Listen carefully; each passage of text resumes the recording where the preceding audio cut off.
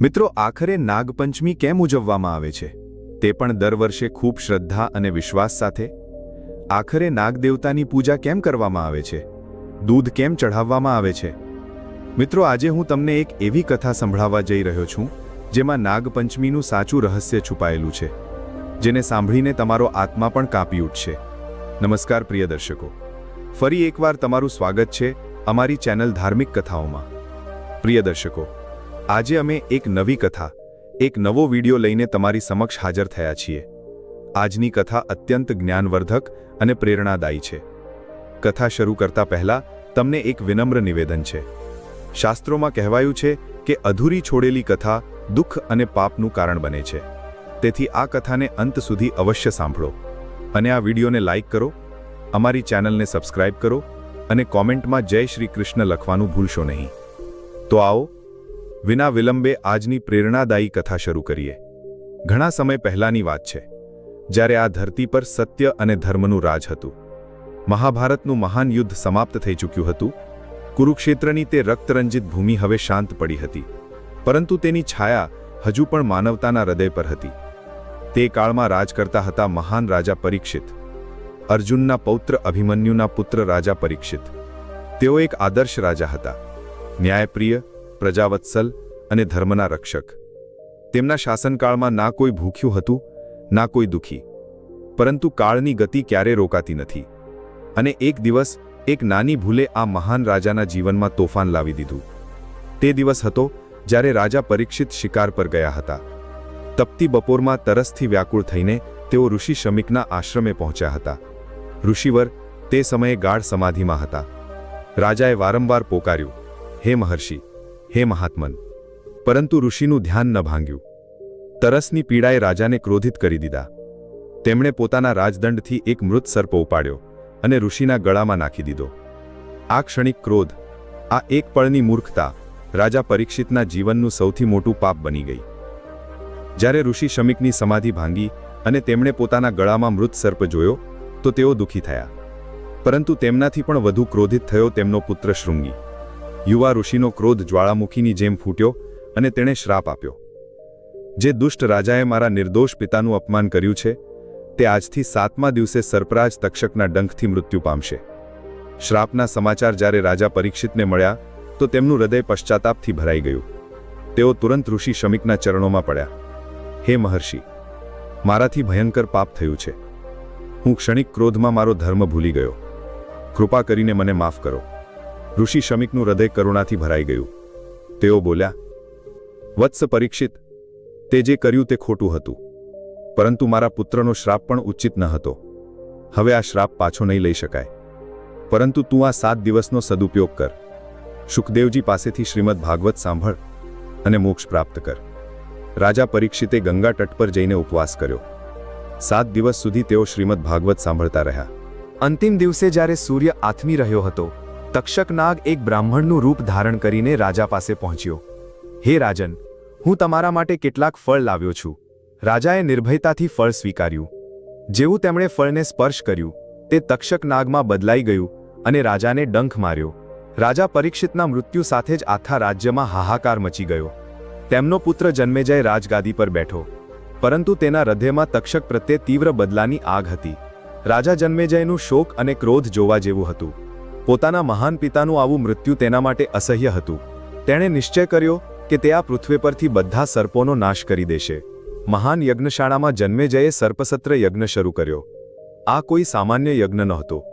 તેમાં અગ્નિની ભયંકર શક્તિ હતી, જે બધા સર્પોને પોતાની તરફ ખેંચી રહી હતી. યજ્ઞકુંડમાં મંત્રોની ગૂંજ અને હવનની જ્વાળાઓ સાથે એક પછી એક સર્પ આવીને અગ્નિમાં ભસ્મ થવા લાગ્યા. હજારો લાખો સર્પ બળીને રાખ થઈ ગયા. નાના મોટા, વિશાળા, નિર્વિષ બધા પ્રકારના સર્પ યજ્ઞાગ્નિમાં સમાઈ ગયા. સ્વર્ગલોક, પાતાળલોક બધે હાહાકાર મચી ગયો. નાગલોકમાં જ્યારે આ સમાચાર પહોંચ્યા તો વાસુકી, શેષનાગ અને અન્ય નાગરાજ અત્યંત ચિંતિત થયા. તેઓ જાણતા હતા કે જો આ યજ્ઞ ચાલુ રહ્યો તો સમગ્ર સર્પજાતિનો નાશ થઈ જશે. તેઓ બ્રહ્માજી પાસે ગયા. બ્રહ્માજીએ કહ્યું, આ યજ્ઞ ત્યારે જ રોકાશે જ્યારે કોઈ એવી વ્યક્તિ હસ્તક્ષેપ કરશે જેનું અડધું રક્ત નાગવંશનું હોય અને અડધું માનવ વંશનું. તે સમયે મહર્ષિ જરત્કારુની યાદ આવી. તેઓ એક મહાન ઋષિ હતા જેમણે પોતાના પિતૃઓની મુક્તિ માટે વિવાહનો નિશ્ચય કર્યો હતો. તેમણે વાસુકીની બહેન જરત્કારુ સાથે વિવાહ કર્યો હતો. આ દંપતીના પુત્ર હતા આસ્તિક મુનિ. આસ્તિક મુનિમાં માનવીય સંવેદના અને નાગવંશની કરુણા બંને હતી. જ્યારે તેમને સર્પસત્ર યજ્ઞ વિશે ખબર પડી તો તેમનું હૃદય પીડાથી ભરાઈ ગયું. તેઓ જાણતા હતા કે બદલો કોઈ સમસ્યાનું સમાધાન નથી. યુવા આસ્તિક મુનિ યજ્ઞશાળા તરફ ચાલ્યા. રસ્તામાં તેમણે જોયું કે આકાશમાં સર્પોના ઝુંડ યજ્ઞાગ્નિ તરફ ખેંચાઈ રહ્યા હતા. તેમની વ્યથા, તેમની ચીસો, આ દૃશ્યે આસ્તિકના હૃદયને છલની કરી દીધું. ના, આ અન્યાય છે. પ્રકૃતિના દરેક જીવનું પોતાનું સ્થાન છે. સર્પ પણ આ સૃષ્ટિનો અભિન્ન અંગ છે. હું આને રોકીશ.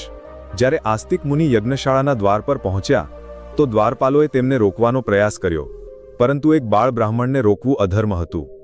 આસ્તિક અંદર પહોંચી ગયા. યજ્ઞશાળામાં ભયંકર દૃશ્ય હતું. ચારે બાજુ અગ્નિની લપટો, મંત્રોની ગર્જના અને રાજા જન્મેજયનો ક્રોધથી ભરેલો ચહેરો. આસ્તિકે જોયું કે યજ્ઞકુંડમાં એક પછી એક સર્પ પડીને બળી રહ્યા હતા. મહારાજ જન્મેજય, આસ્તિકનો મધુર અવાજ ગુંજ્યો. તમારો આ યજ્ઞ અત્યંત પ્રભાવશાળી છે. હું તેની પ્રશંસા કરવા આવ્યો છું. જન્મેજય પ્રસન્ન થયો. તેણે કહ્યું, હે બાળક, હું તારી પ્રશંસાથી પ્રસન્ન છું. માંગ, શું ઈચ્છે છે? આસ્તિક મુનિએ વિચાર્યું હતું કે રાજા વરદાન આપશે. તેમણે તુરંત કહ્યું, મહારાજ, હું ઈચ્છું છું કે તમે આ સર્પયજ્ઞને તાત્કાલિક બંધ કરો. જન્મેજયનો ચહેરો ક્રોધથી લાલ થઈ ગયો. શું કહ્યું તે? હું મારા પિતાના હત્યારા તક્ષકથી બદલો લઈશ. આ યજ્ઞ ત્યાં સુધી ચાલશે જ્યાં સુધી તક્ષક તેમાં ન બળે. આસ્તિક મુનિ સમજી ગયા કે માત્ર તર્કથી રાજાનું મન નહીં બદલાય. તેમણે પોતાની માતા પાસેથી સાંભળેલી કથાઓ યાદ કરી. તેમણે કહ્યું, મહારાજ, તમે મહાન છો, ન્યાયપ્રિય છો, પરંતુ શું તમને ખબર છે કે તમારા પિતામહ અર્જુને પણ એકવાર ક્રોધમાં આવીને એક નાગરાજને મારવાનો પ્રયાસ કર્યો હતો? જન્મેજયનું ધ્યાન આકર્ષાયું. આસ્તિકે આગળ કહ્યું, ત્યારે ભગવાન કૃષ્ણે તેમને સમજાવ્યું હતું કે પ્રકૃતિમાં દરેક જીવનું પોતાનું સ્થાન છે. સર્પ કીડાઓને ખાઈને ખેડૂતોની સેવા કરે છે. તેઓ પ્રકૃતિના સફાઈકર્મી છે. મહારાજ, તમારા પિતાનું મૃત્યુ દુઃખદાયી છે, પરંતુ શું બધા સર્પોને મારીને તમે તેમને પાછા લાવી શકશો? શું આથી તમારું દુઃખ ઓછું થશે અથવા આ ફક્ત તમારા માથે વધુ પાપનો ભાર લાવશે? યજ્ઞશાળામાં સન્નાટો છવાઈ ગયો. મંત્રોનો અવાજ ધીમો પડી ગયો. અચાનક યજ્ઞકુંડની ઉપર એક વિશાળ છાયા દેખાઈ. બધા ઉપર જોવા લાગ્યા. ત્યાં હતો તક્ષક, ભયંકર વિશાળ, પોતાની પૂર્ણ શક્તિ સાથે. પરંતુ તે યજ્ઞાગ્નિની શક્તિ સામે લડી રહ્યો હતો, જે તેને પોતાની તરફ ખેંચી રહી હતી. તક્ષક ચીસ પાડી, હે રાજન જન્મેજય, હું આવ્યો છું. હું જ છું તમારા પિતાનો હત્યારો. મને બાળી દો, પરંતુ આ નિર્દોષ સર્પોને છોડી દો. મેં જે કર્યું તે ખોટું હતું. રાજા પરીક્ષિત એક મહાન વ્યક્તિ હતા. મેં ક્રોધમાં આવીને તેમને માર્યા. હું તેના માટે પશ્ચાતાપ કરું છું. મારા મૃત્યુથી તમારો બદલો પૂરો થશે. પરંતુ આસ્તિક મુનિ આગળ આવ્યા. ના, આ બદલો નથી, ન્યાય છે. તક્ષક, તે ભૂલ કરી હતી, પરંતુ હવે તને પશ્ચાતાપ છે. મહારાજ જન્મેજય, તમારો બદલો પૂરો થયો. તક્ષક તમારી સામે છે, પશ્ચાતાપ કરી રહ્યો છે. હવે તેને માફ કરો. જન્મેજયની આંખોમાં આંસુ આવી ગયા. વર્ષોનો ક્રોધ, બદલાની આગ અને પિતાની યાદ બધું એકસાથે ઉમટી આવ્યું. તેઓ બોલ્યા, આસ્તિક, તારા શબ્દોમાં સચ્ચાઈ છે. મેં હજારો નિર્દોષ જીવોને મારી નાખ્યા.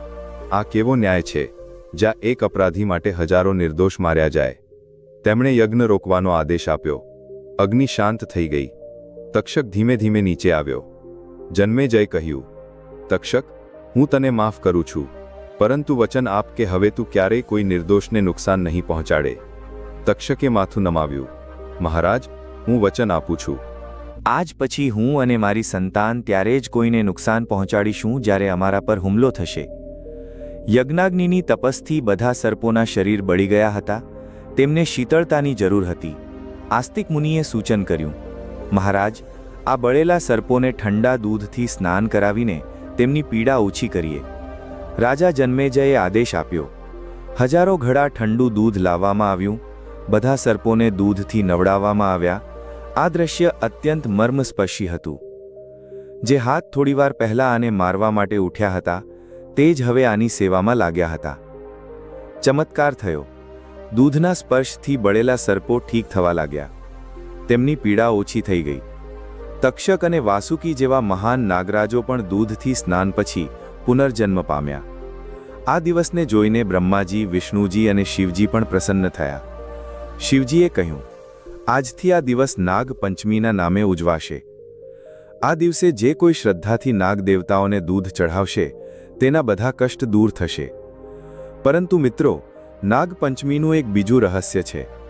તે રહસ્ય જે એક શેઠના ઘરની નાની વહુની સચ્ચાઈમાં છુપાયેલું છે. આ કથા તે સમયની છે જ્યારે નાગપંચમીનો તહેવાર શરૂ થયો હતો.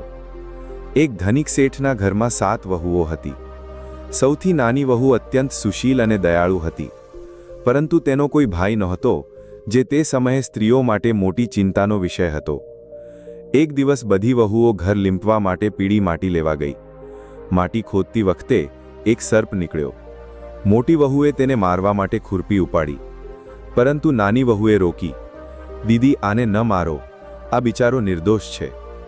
સર્પ એક બાજુ જઈને બેસી ગયો. નાની વહુએ કહ્યું, સાપ ભાઈ, અમે હમણાં આવીએ છીએ, તું અહીં જ રહેજે. પરંતુ ઘરે પહોંચીને કામમાં વ્યસ્ત થઈને તે પોતાનું વચન ભૂલી ગઈ. બીજા દિવસે જ્યારે તેને યાદ આવ્યું તો તે દોડતી ત્યાં પહોંચી. સર્પ હજુ પણ ત્યાં બેઠો હતો. નાની વહુને જોતા જ સર્પ બોલ્યો, તે મારી સાથે જૂઠું બોલ્યું. તું કાલે ન આવી, હું તને ડંખ મારીશ. નાની વહુએ ડરતા ડરતા કહ્યું, સાપ ભાઈ, માફ કરજે, મારાથી ભૂલ થઈ. સર્પે કહ્યું, તે મને ભાઈ કહ્યું છે, તેથી હું તને માફ કરું છું. આજથી તું મારી બહેન અને હું તારો ભાઈ. આ વચન કોઈ સામાન્ય વચન નહોતું. આ હતો આત્માનો સંબંધ, પ્રેમનું બંધન. સર્પે કહ્યું, બહેન, તું જે ઈચ્છે તે માંગ. નાની વહુની આંખોમાં આંસુ આવી ગયા. ભાઈ, મારો કોઈ ભાઈ નહોતો. આજે મને ભાઈ મળ્યો. મને બીજું કંઈ નથી જોઈતું. થોડા દિવસ પછી સર્પ મનુષ્યનું રૂપ ધારણ કરીને નાની વહુના ઘરે આવ્યો. શેઠ અને તેના પુત્રોને શંકા થઈ. સર્પે કહ્યું, હું તેનો દૂરનો ભાઈ છું. બાળપણમાં બહાર ચાલ્યો ગયો હતો. વિશ્વાસ અપાવીને તે નાની વહુને પોતાની સાથે લઈ ગયો. રસ્તામાં તેણે કહ્યું, બહેન, હું તે જ સર્પ છું, ડરીશ નહીં. જ્યાં ચાલવામાં તકલીફ પડે ત્યાં મારી પૂંછ પકડી લેજે. નાગલોક પહોંચીને નાની વહુ આશ્ચર્યચકિત થઈ ગઈ. ત્યાં અપાર સંપત્તિ હતી, હીરા, મોતી, સોનું, ચાંદી. નાગની માતાએ તેને કહ્યું, બેટા, હું બહાર જાઉં છું, તારા ભાઈને ઠંડુ દૂધ પીવડાવજે. પરંતુ નાની વહુથી ભૂલ થઈ. તેણે ગરમ દૂધ આપી દીધું, જેનાથી નાગનું મોં બળી ગયું. નાગની માતા ક્રોધિત થઈ, પરંતુ નાગે સમજાવ્યું, માતા, આ મારી બહેન છે, ભૂલથી આવું થયું. વિદાયના સમયે નાગે પોતાની બહેનને ઢગલો ઘરેણાં, કપડાં અને ધન આપ્યું. ઘરે પહોંચીને જ્યારે મોટી વહુએ આ સંપત્તિ જોઈ તો ઈર્ષાથી બોલી, તારો ભાઈ તો ખૂબ ધનવાન છે, તારે તેની પાસે વધુ ધન માંગવું જોઈએ. નાગે આ સાંભળ્યું તો બધું સોનાનું લાવીને આપી દીધું. મોટી વહુનો લોભ વધ્યો. આને સાફ કરવાને ઝાડુ પણ સોનાનું હોવું જોઈએ. નાગે સોનાનું ઝાડુ પણ લાવી દીધું, પરંતુ પોતાની બહેનને એક અમૂલ્ય હીરાનો હાર આપ્યો હતો. તે હારની ચર્ચા રાણી સુધી પહોંચી. રાણીએ રાજાને કહ્યું, મને તે હાર જોઈએ. રાજાએ મંત્રીને મોકલ્યો અને ડરના મારે શેઠે હાર આપી દીધો. નાની વહુને ખૂબ દુઃખ થયું. તેણે પોતાના નાગભાઈને યાદ કર્યો અને પ્રાર્થના કરી, ભાઈ, રાણીએ મારો હાર છીનવી લીધો છે. એવું કરો કે જ્યાં સુધી તે તેના ગળામાં હોય ત્યાં સુધી તે સાપ બની રહે. જ્યારે તે મને પાછો આપે ત્યારે હીરાનો થઈ જાય. નાગે એવું જ કર્યું. રાણીએ જેવો હાર પહેર્યો તે સાપ બની ગયો. રાણી ચીસ પાડી. રાજાએ ગભરાઈને નાની વહુને બોલાવી. રાજાએ ક્રોધથી પૂછ્યું, તે શું જાદુ કર્યું છે? નાની વહુએ સચ્ચાઈ કહી, મહારાજ, આ હાર એવો છે કે મારા ગળામાં હીરાનો રહે છે અને બીજાના ગળામાં સાપ બની જાય છે.